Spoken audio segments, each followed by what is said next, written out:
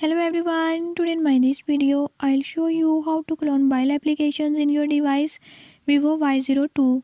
In this device Vivo Y02, how we can enable app cloning. I'll tell you the few tips and tricks that you can use to enable it.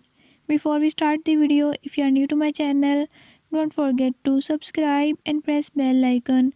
Watch complete video and learn how you can do it. Let's watch.